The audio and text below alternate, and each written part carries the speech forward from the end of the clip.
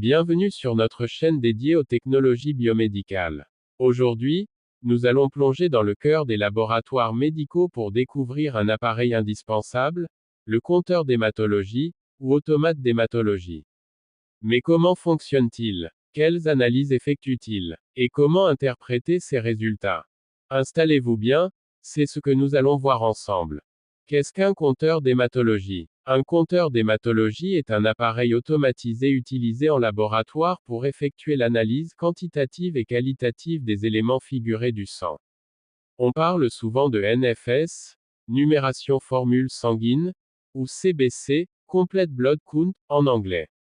Les principaux paramètres analysés sont globules rouges, érythrocytes, hémoglobine, HB, hématocrite, HCT, globules blancs, leucocytes, plaquettes, thrombocytes, et parfois les réticulocytes. Certains automates, haut de gamme, peuvent même détecter des anomalies morphologiques ou effectuer des comptages différentiels à 5, voire 7 populations de leucocytes. Les compteurs d'hématologie fonctionnent principalement selon deux principes physiques. 1. L'impédance électrique, méthode de Coulter. Une cellule sanguine, passant à travers un orifice avec courant électrique, provoque une variation de l'impédance. Chaque variation correspond à une cellule. L'intensité du signal donne des informations sur sa taille. 2. La cytométrie en flux et diffusion laser. Certains automates utilisent des lasers pour analyser la lumière diffusée par les cellules. Cela permet de caractériser leur taille, leur complexité interne et leur granulosité. 3. Colorimétrie pour l'hémoglobine. Après lyse des globules rouges, l'hémoglobine libérée réagit avec un réactif pour produire une couleur. L'intensité est mesurée par spectrophotométrie.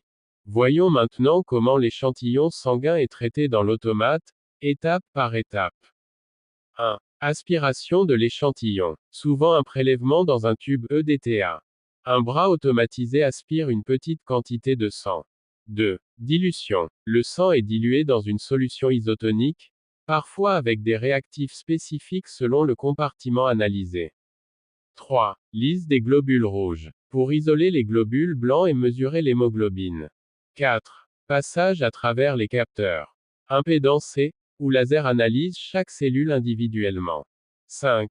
Calcul des paramètres. Les données sont compilées par un logiciel qui calcule les volumes moyens, 1105, MCH, MCHC, indice de distribution, RDW, PDW, et différents comptages. Les résultats s'affichent sous forme de tableaux et d'histogrammes. Voici les principales données à savoir interpréter. Numération globulaire. GR, HB, HCT, MCV, MCH, MCHC, RDW. Leucocytes. Nombre total. Formule leucocytaire, neutrophile, lymphocyte, monocyte, éosinophile, basophile. Présence d'anomalies, cellules immatures, blastiques, etc. Plaquettes. Numération plaquettaire. Volume moyen plaquettaire, MPV. Histogrammes. Permettent d'évaluer la distribution en taille des GR, des plaquettes et des leucocytes.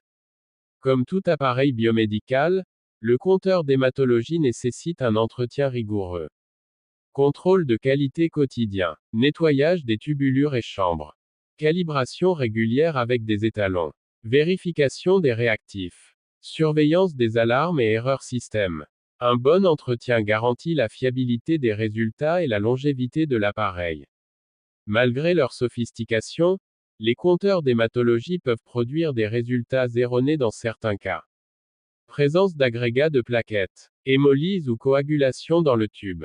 Hyperleucocytose ou leucopénie extrême. Microcytose sévère ou macrocytose.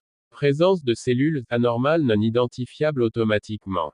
C'est pourquoi une lecture microscopique reste parfois nécessaire pour compléter ou confirmer les résultats. Le compteur d'hématologie est un outil indispensable pour le diagnostic médical moderne. Grâce à lui, en quelques minutes, on obtient des informations précieuses sur l'état de santé d'un patient. Comprendre son fonctionnement, ses limites et son entretien est essentiel pour garantir des analyses fiables et utiles.